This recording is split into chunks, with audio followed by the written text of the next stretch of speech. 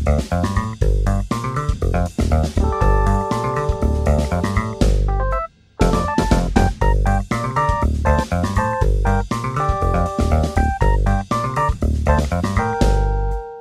tarde, professor. Eu sou o Thiago, eu faço parte aqui do grupo do CEPEC, do grupo do professor Maurício Dieter, da USP. A minha pergunta é em relação à responsabilidade. Eu acho que tem um elemento ideológico em relação à questão do incremento do aparato militar do Estado nesse período e a responsabilidade da esquerda em relação a isso. Porque me parece que a senhora comentou um pouco a respeito da história militar do Brasil, o surgimento dos aparatos de repressão do Estado, e desde o período militar até a continuidade do nosso período democrático, esse aparato militar não passa nem por uma mínima reestruturação. E a gente tem inclusive a intensificação dele, a criação de força de segurança nacional e todos esses elementos. Mas além da nossa crítica àqueles que são essencialmente os reacionários, os representantes da burguesia abertamente, existe também aquela crítica em sentido ideológico de se seduzir com o Estado, né? Eu gostaria que se a professora pudesse comentar a respeito disso. Eu acho isso. E com relação à questão criminal, às vezes eu falo, gente, Marx tem uns textos maravilhosos. O furto da lenha caída, né? Quem fez a mais ampla foram os comunistas e os anarquistas, que fizeram a mais ampla crítica, mais profunda da história do poder punitivo, né? O Pavarini, o Rush, o Bonger, né? Demonstrando como o capitalismo... Uma vez eu vi o Juarez Cirino Santos falando, não existe capitalismo sem prisão, a prisão é funcional, tanto que o livro do Pavarini é Cárcere e Fábrica. E a esquerda não leu, não conhece, porque tem a coisa da naturalização, é como se o crime fizesse parte da natureza. Então o primeiro esforço da gente, que vai começar a trabalhar com isso, dar aula com isso, falar sobre isso, escrever sobre isso, é desnaturalizar, né? Sabe que o primeiro livro de criminologia da América Latina é de um civilista brasileiro, que foi o Clóvis Bevilacqua. Pouca gente sabe disso. Clóvis Bevilacqua tem um livro que é anterior ao livro do Argentino em Rinheiros. Os argentinos, a gente tem aquela nossa disputa, né? Messi, eu prefiro Messi que o Neymar, adoro Maradona, mas o Bevilacqua foi o primeiro a escrever um livro de criminologia, não foi Engenheiros. E ele era civilista. E ele tem, o livro dele é uma graça, porque é meio positivista, mas ele faz a criminologia do lugar, que é isso que eu estou defendendo. Ele tenta fazer uma relação entre seca e aumento de índices delitivos, momentos de miséria. E ele tem um texto lindo sobre a questão criminal entre os povos originários, os povos indígenas do Ceará, né? E aí ele mostra, olha, não tem conceito de furto porque não tem conceito de propriedade privada, né? Então, a gente poderia discutir a África, né? A história da África tem várias experiências. Eu fui num seminário na Alemanha uma vez, e aí conheci várias experiências africanas de justiça comunitária, de não... E uma vez, até casualmente, eu estava vendo... Estava fora do Brasil também, estava vendo estava filmando o julgamento daquele atleta sul-africano que é paralímpico, esqueci o nome dele. E aí a juíza era uma senhora negra, né? E a maneira como ela conduzia o julgamento era um troço tão diferente da gente, tão não inquisitorial, porque o tempo todo o promotor ia para cima dele e ela falava: você está se sentindo constrangido? O tempo todo ela estava no espírito de contenção do poder punitivo, que para a gente agora está... E a esquerda, né, eu fico impressionado. Todo mundo de esquerda agora fala: não, eu não sou contra a Lava Jato, mas por que ninguém tem coragem de dizer que é contra a Lava Jato? Ou fazer uma interpretação, por exemplo... Quanto custou, por exemplo, lá no Rio de Janeiro eu digo, quanto custou a operação das Forças Armadas no Rio de Janeiro agora?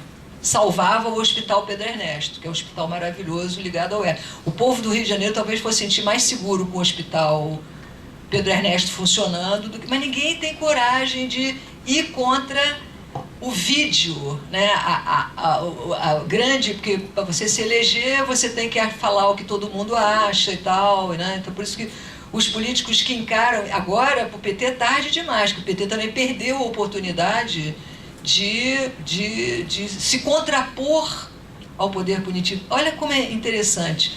O Brizola foi desconstruído pelas políticas de segurança pública, porque ele achava que você tinha que investir tudo o que podia. A gente é pobre, né? O Rio de Janeiro é um estado pobre, em educação pública, laica, de qualidade, em tempo integral, né?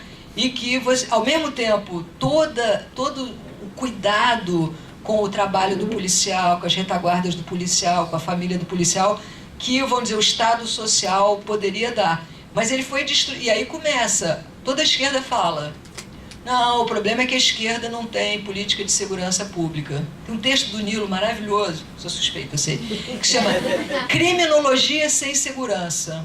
Vamos discutir segurança? O que é segurança? Eu vi uma discussão sobre isso com relação à diferença entre o furacão na Flórida e o furacão em Havana. Eu vi um cubano que dizia, olha, na Flórida, quando você vê todo mundo indo para o supermercado, se encher de coisa, e cada um depois entra no seu carro e sai.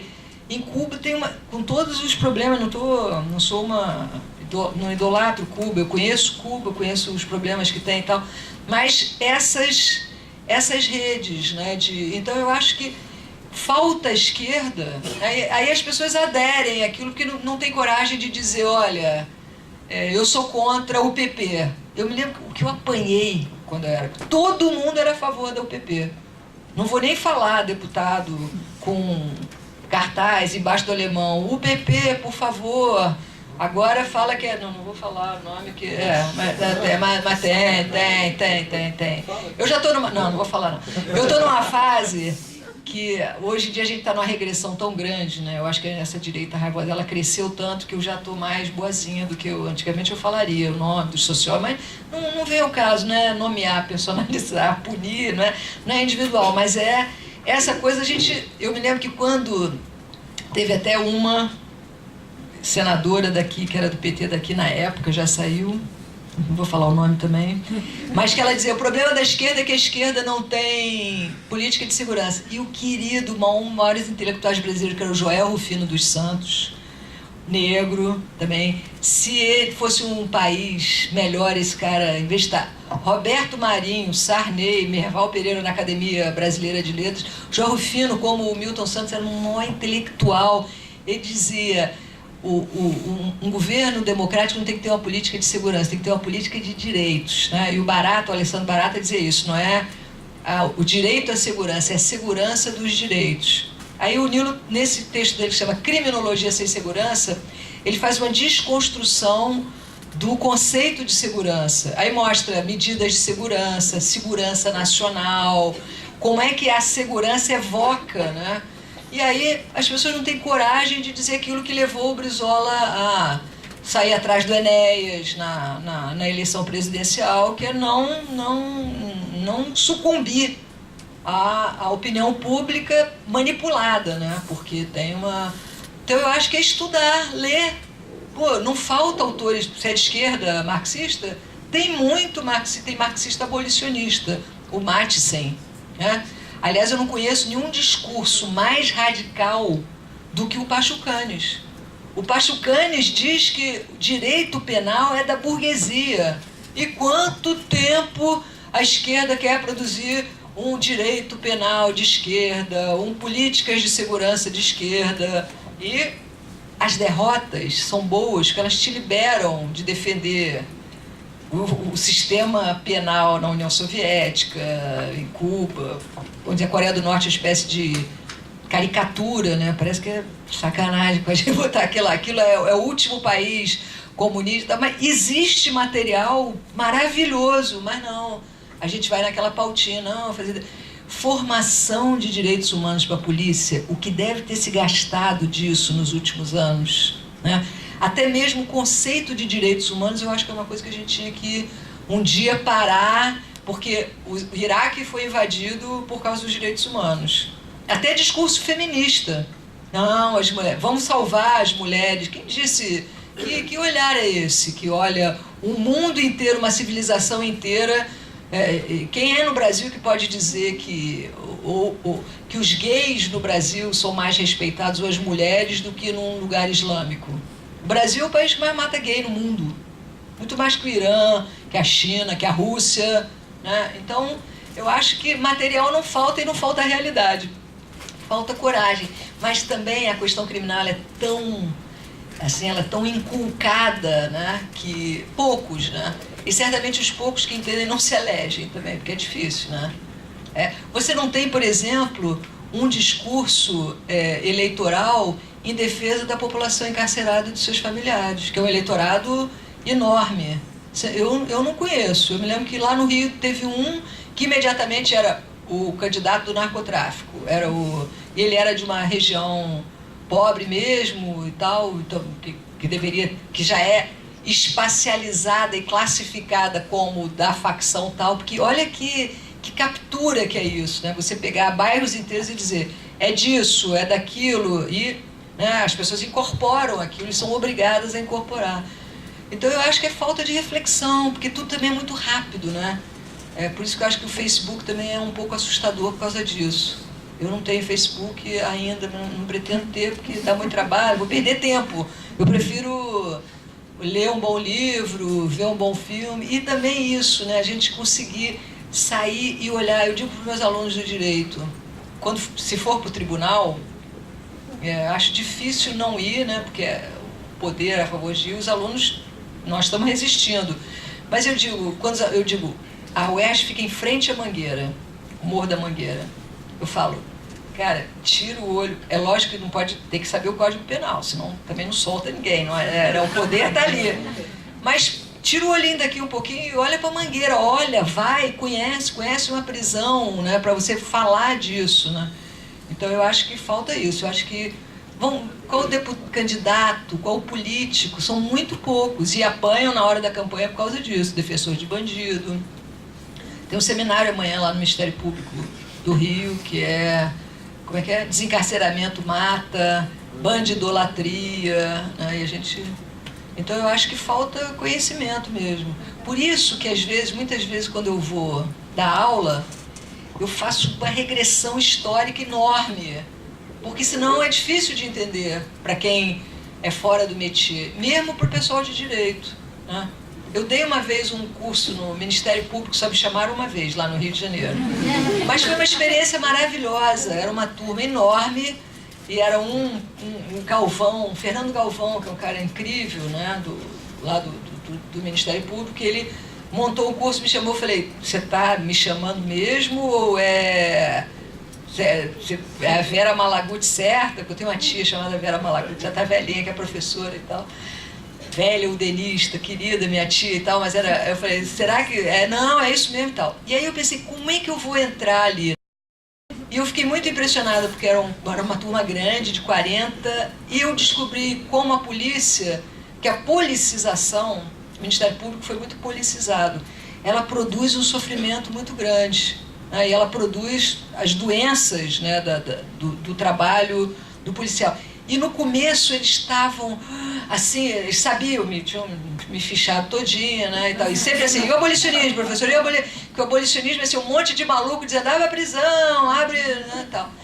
E eu comecei falando do século XIII, foi muito engraçado, que tinha um lá que se coçava, levantava, eu falei, calma, querido, estou falando do século XIII, não é com você não é o inquisitor, entendeu? Então, mas seria um espaço, mas falando do século XIII ele já estava aflito, tadinho, né? Com aquele ali. Ele sabia que ia, mas foi uma experiência super legal. Basta dar espaço para a gente educar também, falar também, né? Aí o espaço é mínimo, que o penal é o território sagrado, né? E às vezes tem também um esquerdismo que também é meio século XIX. Marx era um homem do século XIX maravilhoso, que produziu... Eu sou uma pessoa que tem uma formação marxista, mas não podemos ler isso como livro sagrado, né? As coisas, e nem era o que ele propunha, né? Um dos livros mais interessantes do Marx, que eu mais adoro, é o 18 Brumário, que é um texto onde ele faz uma análise de conjuntura. Esquerda antigamente fazia isso, você faz uma análise, mas é tudo muito fechado dentro de si, né? Então também ficam umas seitas também, né? Assim, a seita maoísta, a seita tal, a seita aquilo, um não conversa com o outro, um mata o outro, vamos dizer, e não é oxigenado pela reflexão histórica que você tem no marxismo, no anarquismo e no liberalismo radical contra o poder punitivo. Né? Tá aí, mas o punitivo, o poder punitivo é território sagrado. Como? Eu já tive poeta, amigo, querido, doidão. Como acabar com a prisão? O cara, eu falei, meu Deus do céu, que amor à prisão. Eu não vou falar o nome de novo, mas você olha, né, pessoas, filósofos, psicanalistas, né, que estão aquilo ali. Então, você falou uma palavra, responsabilidade. Eu tive uma banca de doutorado, segunda-feira, de qualificação de doutorado, que era um aluno que estava querendo discutir responsabilidade, porque responsabilidade, vamos dizer, é um conceito chave no direito e é um conceito chave no pensamento liberal, econômico, né, neoliberal, a responsabilidade, você vai ver que toda coisa do empreendedorismo tem. Isso também é um negócio que a gente tinha que conseguir aprofundar, pensar. Direitos humanos, o que a gente falava sobre direitos humanos nos anos 80 serve para hoje, né? Todo mundo fala de direitos humanos. O que se gasta, todo governo hoje, o policial faz um curso de direitos humanos, que é alguma coisa que ele não incorpora, não entra nele. Então é porque a gente está fazendo um discurso errado, né? Se o cara não incorpora, não entende. E a polícia, diferente do Ministério Público, do Judiciário, ela não tem como negar a realidade, porque ela está lá. Os alunos policiais são ótimos, porque eles entendem. O Orlando Zacconi foi meu aluno. E ele foi o cara, quando eu falei aula sobre drogas, ele entendeu o que eu estava dizendo, né, que se o menino branco é preso com a quantidade de maconha e o menino, vocês que trabalham na defensoria sabem isso mais do que ninguém, ele tinha sido delegado da Barra da Tijuca. Na Barra da Tijuca ele nunca lavrou um tráfico, um 12. Não é porque não tinha tráfico na Barra da Tijuca. Né? Depois ele foi para Jacarepaguá, que é uma área de expansão popular, e todo dia tinha 2 ou 3. Então, o que eu falei, ele entendeu na mesma hora. O resto é mais complicado, porque a educação punitiva, né?